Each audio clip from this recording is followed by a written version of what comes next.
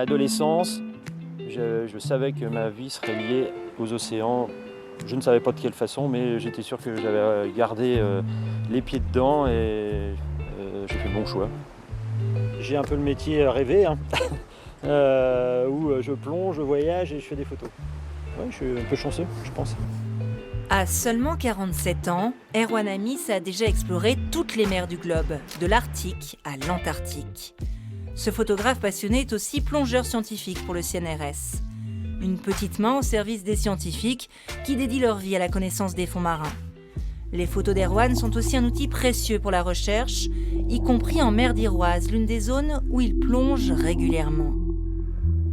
Alors, si on veut parler des sensations qu'on a sous l'eau, c'est ce qui se rapproche le plus du vol d'un oiseau. On est par nos propres moyens capable de voler, de se déplacer en 3 dimensions.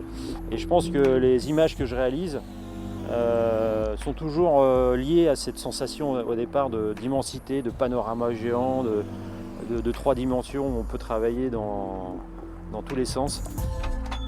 Tous les ans, Erwan part 4 ou 5 fois en mission à l'autre bout du monde. Son passé de plongeur des mineurs dans l'armée a permis de développer une technique efficace et précise lors des prises de vue en milieu hostile. Il y a quelques missions emblématiques sur mes 16 ans d'activité. C'est notamment l'Antarctique, c'est le lac Titicaca à quasiment 4000 mètres d'altitude. C'est travailler en milieu polaire qui ont un peu fait avancer mon expérience dans ce domaine. Et c'est toujours très valorisant et très gratifiant de travailler dans des conditions comme ça, et surtout que ça marche.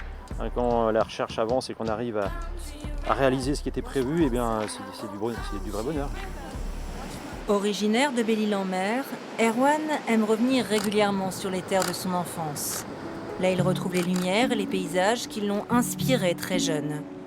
C'est aussi l'occasion pour lui de replonger dans des fonds qui lui sont familiers.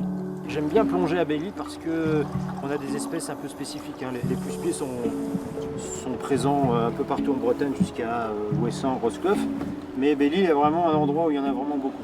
Ah, ici, il y a une zone d'ormeaux aussi. On a de l'ormeau sur les têtes de roche qui est juste en dessous du bateau. Là.